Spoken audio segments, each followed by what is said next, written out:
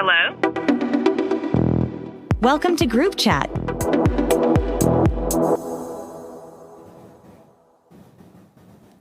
Welcome to Group Chat. I have Liz, Bobby, and Justine back, and this is where we dive into stories that have everyone talking. It's the unfiltered, unplugged, and often unhinged conversations you'd hear if you were sitting right with us. So let's get right into it. So there's a clip circulating online, and it may hold the answer, but it's not flattering for the left. Social media is having a field day over this, suggesting that years of anti-male rhetoric are finally catching up to them. So let's take a look at this ridiculous clip. Chelsea's mom has got it going on. Chelsea's mom has got it going on. Chelsea's mom has got it going on. Chelsea's mom has got it going on. Chelsea, do you remember back in 93? 93. Your mom was quite the first lady. I think you'd agree. All right, so it's giving white dudes for Harris vibes. It's very odd and weird, but I want to get your guys' take on why this was and is and always will be a flop. So let's start with Justine. What's your take?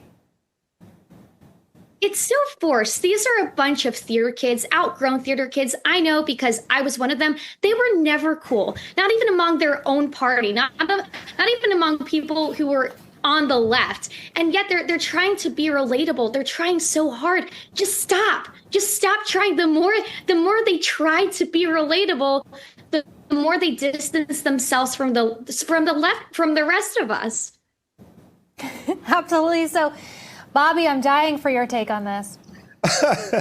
Well, I think that Hillary is like an unrelatable, crusty, demon-adjacent type person. It's no wonder that she lost. But I bet these guys didn't even care about politics, didn't know anything about it anyways. So just like Justine said, they don't even probably know what they're talking about. They're aged-out theater kids. They probably just collected a check and sang their stupid song. And obviously it didn't work because she was a serpent. So no surprises there. Liz, so I want to get your take. I feel like this video is the epitome of unmasculine. So obviously, you know, the GOP were thriving with the masculinity. Do you think that if they continue to go down this track and continue to release videos like this, have the white dudes for Harris, they will ever get anyone with any testosterone on board? Absolutely not. I mean, this is just so ridiculous. These are the type of men that go on dating apps and call themselves feminists, but then treat women horribly. The first thing that my brain went to with this video is when they said in 93 she was quite the woman. I'm like, I thought Monica was quite the woman in the 90s. So I don't know. Just bad luck. Just crazy. All right, moving on to another masculine topic. Okay, so Charlie Kirk says that Donald Trump is the ultimate rebuke to the feminist establishment that bullied young men for years. Love him or hate him, nobody has ever called Trump feminine. Let's take a look.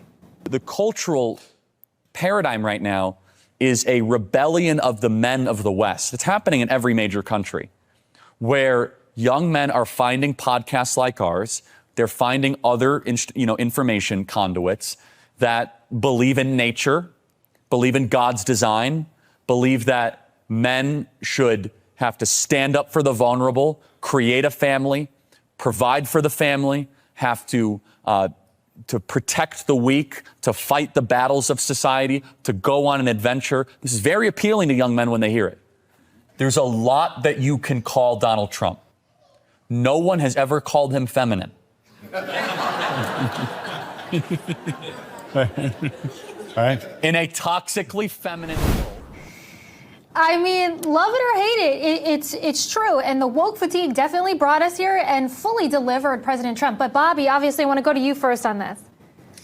Well, he's absolutely correct. And I think that, I think in life, men, we generally don't need much fanfare. We don't need much pomp and circumstance. We don't need much celebration. We don't need to get patted on the back. But what we do react to is getting constantly smeared and beaten down over a long period of time. So it's we don't see much representation in the public sphere, especially being a white white men, a straight white man. It's like you're the most toxic member of society now, allegedly, according to them. So to see any representation at all, especially one that completely rebukes that whole narrative, I think a lot of us celebrate. But we would not be involved. We would not care to be celebrated. But we do have a problem with getting smeared all of the time. And he most definitely is the complete opposite, the pendulum swinging the complete other way of that. So I think that he's right about that.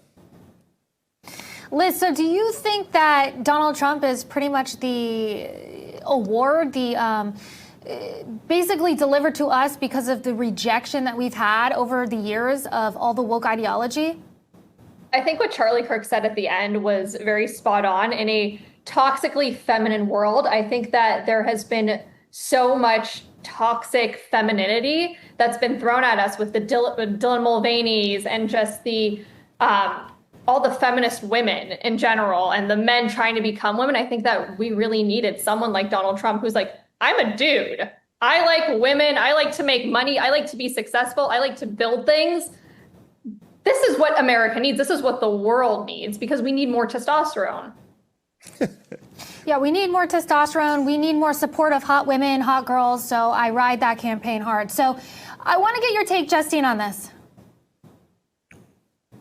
Yeah, this is why President Trump is hated so much, especially by middle-aged white liberal women, because he is the antidote to their control. For years, we've had white middle-aged women, female HR types, try to neuter our men, especially young boys. Young boys were given drugs and told that they have ADHD and all these ailments and problems growing up when they just needed a quick run on the playground. And this goes back to Bobby's point. Men are simple creatures. They don't need that much. Just let them exist and stop telling them that they're evil for existing. Absolutely, I agree. Moving on to another guy I like to mention each week, Joe Rogan. So he's calling out the Democratic Party for pushing too far left. He says radicalization is making them look like psychos and driving away moderates. Let's take a look at what he said. Seems like there's like two factions in what I would call like the American left right now. There's the reasonable people that are like, hey, we got to just stop being crazy. Like there's the Bill Maher's and a lot of other folks like that. They're like, we got to stop being crazy and just appeal to like rational people. Don't go all the way over there. Stick where most people are. And then there's people that, well, we got to go further left. Then there's people like, we got to take over Tesla dealerships. We got to light cars on fire. The left is like justifying spraying Nazi swastikas on cars.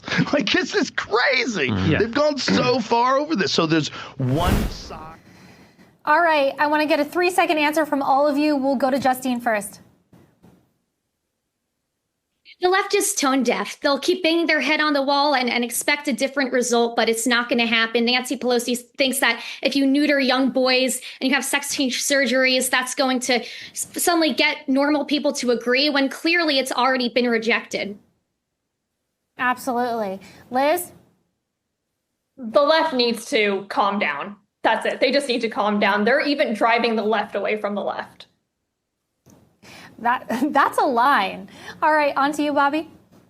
They're competing in the wokeness Olympics. They're constantly competing to see who can do the most outrageous thing, who can be the most empathetic, the most welcoming. But really what they're doing is not even considering what the ramifications and effects are of what they're actually pushing and saying. I think that they only care about being acknowledged, and even more so, all they care about is getting attention, whatever they have to do to get it. I think that's what's happening. Absolutely. All right. Well, thank you guys, Liz, Bobby, and Justine, for joining me. Thanks for sticking with me for another episode.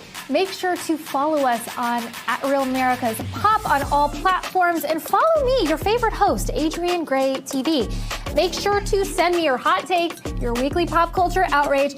You know we live for it, and we'll be back next week with some more. So until then, stay loud, stay proud.